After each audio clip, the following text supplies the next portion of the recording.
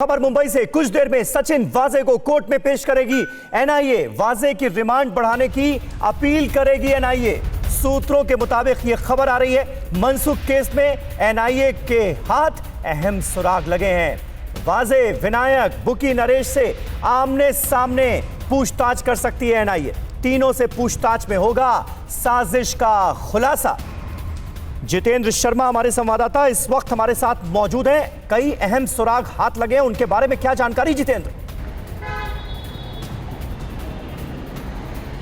जी बिल्कुल, देखिए पूछताछ के दौरान तकरीबन पिछले 10 दिनों से जो सचिन वाजे है वो इसी एनआईए दफ्तर के अंदर एनआईए की कस्टडी में है। लगातार उससे क्वेश्चनिंग की जा रही है। और आपको याद होगा समीर, जिस वक्त विनायक शिंदे की और नरेश गौड़ जो की बुकी है गुजरात का, इन दोनों की गिरफ्तारी हुई थी। इन दोनों की जो गिरफ्तारी है वो भी इसी की निशानदेही पर हुई थी सचिन वाजे की। एनआईए का साफ तौर पर कहना था कि उन्होंने ही एटीएस को इन दोनों के बारे में जानकारी दी और उसके बाद उन दोनों की गिरफ्तारी की गई। अब हालांकि जब से मनसुख मर्डर केस ट्रांसफर हुआ है एनआईए के पास, इस वक्त अब एनआईए को जरूरत है कि एक तो जो सचिन वाजे है उसकी कस्टडी बढ़ाई जाए, वो डिमांड करेगी इस बात की कोर्ट में। और इसके अलावा एनआईए का ये भी कहना है कि अब विनायक शिंदे और नरेश गौड़ दोनों एनआईए के पास मौजूद हैं इसी दफ्तर के अंदर, और ऐसे में जरूरत है कि तीनों को आमने सामने बिठाकर पूरी पूछताछ की जाए, जानने की कोशिश की जाए कि आखिरकार मनसुख मर्डर केस की साजिश इन तीनों ने मिलकर कैसे रची। और एंटेलिया के पास जो विस्फोटक से भरी कार बरामद हुई थी, क्या मनसुख मर्डर केस की और उस एंटेलिया केस की,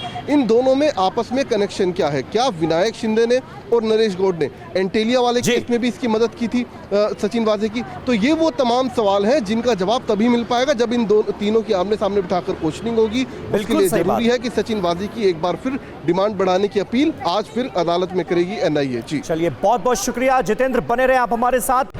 अड़ी सोमवार से शुक्रवार शाम 6 बजे सिर्फ TV9 भारतवर्ष पर।